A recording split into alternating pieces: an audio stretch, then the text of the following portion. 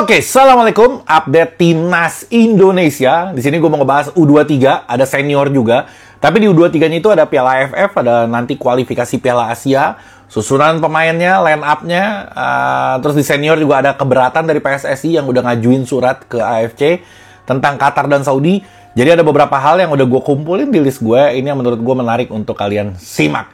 Jadi pastikanlah lo nonton semua video gue ini dari awal sampai habis, jangan di skip. Dan gue minta sama kalian untuk di like video gue. Jadi lo like video gue, karena dengan lo like, video gue jadi ratingnya bagus. Nah setelah ratingnya bagus, video gue jadi disebar sama YouTube lebih luas lagi. Terus yang belum subscribe juga jangan lupa lo subscribe, karena jangan cuma nonton. Sedih juga gue ngeliatnya yang nontonnya banyak, tapi tiba-tiba angka subscribe-nya itu nggak sebanyak yang nonton.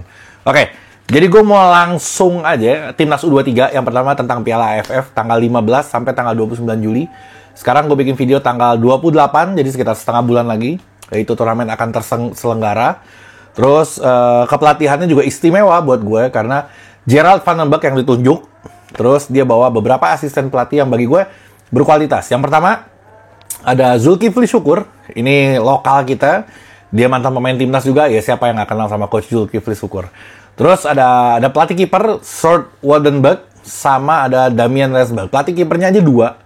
Jadi bagi gue ini cukup bisa dibilang dream team. Dan yang terakhir ada Om Simon Tahamata. Nah ini agak sedikit menarik buat gue, karena setahu gue dia itu di-hire sama PSSI, tugasnya untuk nyari bakat di lokal di seluruh Indonesia, bahkan bakat yang di luar negeri, talenta-talenta pemain diaspora kita yang ada di belahan dunia. Jadi selama ini kita kan masih nyari pemain yang ada di Belanda aja kan. Pemain yang ada di Belanda ditarik ke Indonesia. Sedangkan Indonesia itu tersebar kemana-mana. Lo sebutin semua negara. Korea ada orang Indonesianya. Jepang ada orang Indonesianya. Lo ke Italia juga ada orang Indonesia di situ. Lo ke Amerika, Australia, lo kemanapun orang Indonesia itu ada. Nah itu belum pernah tersentuh. Jadi gue rasa Om Simon Tahamata ini dia mungkin lebih fokus ke Belanda. Tapi PSSI harusnya udah mulai melebarkan sayap, membentuk tim lagi, membentuk kepengurusan lagi untuk nyari pemain-pemain talenta kita, pemain Indonesia yang ada di luar negeri, yang belum terjamah sama sekali. Ya harusnya sih mereka bisa bergabung juga kalau berkualitas ke timnas Indonesia. Terus turnamen ini penting apa enggak? Ya penting nggak penting sih sebenarnya. Kita udah lama nggak juara, jadi pentingnya itu ya kita karena targetnya sekarang juara. Ya harusnya sih kita bisa juara di sini gitu. Nah nggak pentingnya, ini kan jadi kayak ajang seleksi sebenarnya untuk nanti kualifikasi Piala Asia dan Piala Asianya kalau insya Allah masuk. Nah sedangkan pemain-pemain yang sekarang ada itu nggak lengkap karena bukan di jadwalnya FIFA. Jadi nggak semua klub ngasih izin untuk pemain-pemain gabung ke sini. Lo bisa sebutin kayak Marcelino, Ivar Jenner, Justin Hapner, terus ada Rido dan beberapa lagi pemain-pemain yang ada di senior. Sebenarnya mereka bisa bergabung, tapi di Piala AFF ini mereka nggak bergabung. Hanya siapa tuh yang main? Jens Reven kalau nggak salah, dia yang main. Sisanya nggak dikasih kalau sama klubnya, kayak si Dion gitu nggak dikasih. Terus ada beberapa pemain hebat lah yang sebenarnya bisa di sini, tapi level mereka senior mungkin nggak diturunkan ke bawah supaya ada bakat baru, atau klubnya nggak ngasih atau kayak gimana gue nggak paham. Tapi kayaknya nanti di kualifikasi Piala Asia ya pemain-pemain ini harusnya sih berada di situ gitu, karena tentu levelnya lebih. Kalau ini kan tingkatnya ASEAN doang, kalau itu kan udah kualifikasi Piala Asia, harusnya sih mereka ini pada ada. Terus jadi gue bilang tadi seleksi tapi nanggung gitu, karena kalau misalkan pun diseleksi ya nanti yang kepake hanya 1, 2, 3 pemain, sisanya diisi sama pemain yang udah ada di senior. Kalau menurut gue sih seperti itu. Kita di grup A, kita bareng sama Malaysia, Brunei dan Filipina. Ini akan seru karena feeling gue kita akan penentuan nanti klasmen pertamanya itu di pertandingan terakhir pas lawan Filipina. Jadi jadwalnya kayak gini, stepnya kayak gini. Tanggal 18 itu lawan Malaysia maksud gue tadi. Tanggal 18 itu lawan Filipina jam 8 malam, mainnya di GBK. Jadi semua main jam 8 malam, semuanya main di GBK. Pertandingan keduanya itu tanggal lawan lawan Filipina jam 8 malam. Pertandingan pertama lawan Brunei tanggal 15 Juli jam 8 malam. Tanggal 18-nya kita lawan Filipina baru jam 8 malam juga. Dan pertandingan terakhir itu kita baru lawan Malaysia. Jadi lawan Brunei sama lawan Filipina itu kita mesti mati-matian, karena penentuan di akhir ini penting banget buat nentuin siapa yang ada di pimpinan klasmen grup A nanti. Targetnya di Piala AFF ini adalah kita juara. Itu PSSI udah ngasih target ke U23, kita harus juara di turnamen kali ini. Terus kata Gerald van den Berg, dia bilang, saya tidak peduli siapa lawan yang akan dihadapi. Dia bilang, jika kalah, ya Anda semua bisa tersingkir gitu. Namun filosofi saya, dia bilang, kami akan mencoba memenangkan di setiap pertandingan. Jadi targetnya juara. Karena biasanya PSSI nggak ngasih target, agak aneh. Nah kali ini ditargetin, ya target itu harus tercapai. Oke, ini persiapan untuk ke kualifikasi Piala Asia. Nah, kualifikasi Piala Asianya sendiri itu ada di tanggal 1 sampai tanggal 9 September. Memang masih lama, masih ada waktu. Kita di grup J, kita bareng sama Korea Selatan, Laos, dan Macau. Nah, ini dia. Korea Selatan ini lawan yang cukup berat buat kita. Kalau lawan yang lainnya kayak Laos, Macau, kemungkinan besar ya kita bisa ngelibas mereka lah. Karena gini, ada 44 tim dibagi 11 grup. 11 grup itu masing-masing klasmen pertamanya, peringkat pertamanya itu langsung lolos.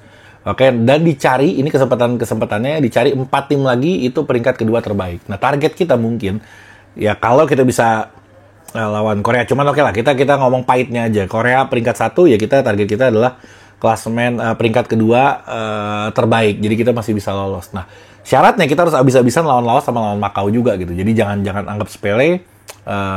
Karena lawan Korea nggak ada yang memprediksi kita akan bisa memenangkan dengan mudah gitu pertandingan lawan Korea. Tapi berharap aja, mudah-mudahan kita bisa menang lawan Korea, lawan Laos dan Macau. Ya kita bisa berlaga lagi di di Piala Asia. Karena terakhir kita main di Piala Asia zamannya Sintayong itu kita alhamdulillah luar biasa banget, kita sampai ke semifinal. Jadi cukup harus konsisten. Ketika kita lolos ya berarti yang berikutnya harus lebih bagus daripada yang sebelumnya, ya lolos lagi gitu.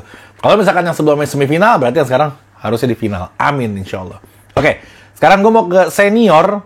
Nanti gue akan balik lagi ke U23 ya. Senior ini PSSI udah bersurat. Jadi ada PSSI, ada IFA, itu Irak, sama Oman, sama Uni Emirat Arab. Nah ini 4 ini bergabung, bersurat ke AFC supaya nggak ada kecurangan, supaya ada keadilan dalam sepak bola. Karena apa? Tuan rumahnya Qatar dan Saudi. Merekanya juga ikutan di situ. Jadi kalau misalkan mereka main di home berarti. Nah permintaan dari kita, dari Indonesia, IFA, Oman dan Emirat Arab, permintaannya adalah kalau misalkan Saudi lagi mainnya di Qatar. Tapi kalau misalkan Qatar lagi Qatarnya mainnya di Saudi. Jadi ditukar. Harusnya tetap nggak boleh, karena bagi gue atmosfernya masih sama. Mereka kan deket jaraknya. Bisa pakai mobil juga. Jadi feel-nya masih sama gitu. Jadi ketika Saudi main di Qatar, ya orang Saudi tinggal berangkat ke sono. Kalau misalkan Qatar main di Saudi, ya banyak juga pasti orang Qatar yang ada di Saudi gitu. Jadi harusnya bener-bener tempatnya netral banget gitu. Di negara yang nggak ikutan kualifikasi di round 4 ini gitu. Harusnya sih seperti itu. Tapi ya dasarnya memang mereka curang terus kan. Apalagi Qatar. Qatar kan memang selalu curang mereka itu. Jadi ini sih bagi gue nggak adil gitu. Nggak adil banget ketika lo coba sekarang taruh Indonesia jadi tuan rumah. Ya kita bakal lebih diuntungkan lah, karena main di GBK, main di home, pasti feel-nya beda dibanding lo main di negara lain. Saudi main di Indonesia, kelagapan dia. Cuman kalau kita lawan Saudi di negaranya, agak repot. Tapi kebetulan kita memang nggak ketemu sama si Saudi. Cuman tetap aja nggak adil gitu. Gue nggak ngelihat ada keadilan untuk di kejuaraan kali ini. Oke? Sorry, gue tadi mau ngebahas squad U23, cuman U23 gue mau coba ntar mungkin di konten berikutnya, karena waktunya gue nggak bisa lama. Gue pengen coba membedah formasi nanti siapa aja kira-kira yang di posisi siapa. Itu kayaknya mesti satu pembahasan khusus, kayaknya nggak akan keburu. Nah gue di sini lebih ke ini seru sih, ke Indonesian All Star yang ikutan Piala Presiden, yang Piala Presidennya gue nggak ngelihat Piala Presiden yang berkelas ya, karena nggak semua tim diajak. Ini kan hanya pilihan aja kan, yang ngajak kan orang yang punya hajat gitu. Jadi ada beberapa tim yang nggak diajak sama dia karena dengan alasan tertentu. Dia bilang ya kalau mau diajak harus juara liga atau juara Piala Presiden sebelumnya dong. Tapi tiba-tiba ada Indonesian All Star, tiba-tiba ada Oxford di situ, tiba-tiba ada Jadi gue masih kecewa sampai sekarang. Cuman gue akhirnya ngelihat yang gue perhatiin Indonesian All Star-nya gitu. Karena dipilih berdasarkan polling dari netizen. Dan tertutup. Kita juga nggak tahu apakah benar pollingnya, apakah emang dipilih. Tapi sudah terbentuk timnya. Nah ini dia ada beberapa nama. Jadi Persija Jakarta dan Persis Solo itu menyumbang pemain terbanyak ternyata 4 ada 4 pemain dari Persija, ada 4 pemain dari Persis Solo. 4 atau 5 gitu, kalau nggak salah 4 ya. Nah ini pemain-pemainnya, kiper ada 3. Ada Reza Arya, seperti Reza Arya nanti yang bakal jadi utamanya. Ada Muhammad Riyandi sama Kartika Aji. Ini oke-oke juga. Jadi gue mau ngebacain ini sambil lo nilai kebintangan mereka ya. Gue ngeliat di sini ada beberapa yang namanya nama besar banget gitu kan. Ada beberapa namanya yang kalau disebut All Star yang nggak star-star amat gitu. Tapi ada juga yang hebat-hebat juga di sini. Oke, tadi kiper Reza Arya Pratama, Muhammad Riyandi sama Kartika Aji. Terus ada bek kanannya ada Rizky Dwi dari Persis Solo sama Bagas Kava Barito, oke. Terus bek tengahnya ada Komang Tri dari Bali United sama Herwin Tri Saputra. Oke, yang dari Komang Tri ini sepertinya dia akan utama di situ. Yang keduanya duetnya sama Herwin Tri Saputra. Terus bek kirinya bek tengah kiri, tadi bek tengah kanan, ini bek tengah kiri. Ada Han Samuyama dari Persija. Terus ada Safrudin Tahar Malut sama ada Arif Satria dari Bayangkara. Sepertinya Komang Tri dan Han Samuyama yang akan duet di situ. Kalau kiper tadi gue pilih Reza, bek kanannya Bagas Kava, sekalian aja ya. Terus sekarang bek kirinya ada Ricky Fajrin, ada Yusuf Meilana sama Leo Guntara. Kayaknya Leo Guntara yang akan dipilih di bek kiri. Ini oke juga ini. Gelandang bertahan ada Akbar Tanjung PSM, oke. Ada Rosat Setiawan sama ada Bayu Oto dari Persik Kediri. Oke, Akbar Tanjung sepertinya. Gelandang tengah ada Goli Zahabi dari Persija Jakarta, ada Alwi Slamet, ada M Taufani. M Taufani juga oke. Gelandang serangnya ada Septian David Maulana sama Zanadin Faris. Sayap kiri ada Irfan Jaya, ini sayap kiri agak ketat nih yang gue lihat nih. Ada Irfan Jaya, ada Witan Sulaiman, sama ada Irfan Jauhari. Ini gila ini, di sayap kiri ini gila banget nih. Terus sayap kanannya Riko Simanjuntak, ada Rizky Afrizal, sama Irkam Mila. Ini Rizky Afrizal sama Riko oke lah ini. Strikernya ada Axel Runtukahu, ini pemain barunya Persija Jakarta. Ada Dendi Selistiawan sama Muhammad Hanafi. Itu adalah susunan All Star dari calon nanti pemain untuk di Piala Presiden. Jadi kayaknya itu yang bisa gue sampaikan. Ntar setelah ini gue akan bahas squad lengkap U23-nya di Piala AFF, dan gue akan buat perbandingannya nanti di kualifikasi Piala Asia. Terus kira-kira siapa susunan aja pemainnya aja. Nanti sambil kita bedah-bedah lah, oke? Sekian dari gue. Assalamualaikum warahmatullahi wabarakatuh.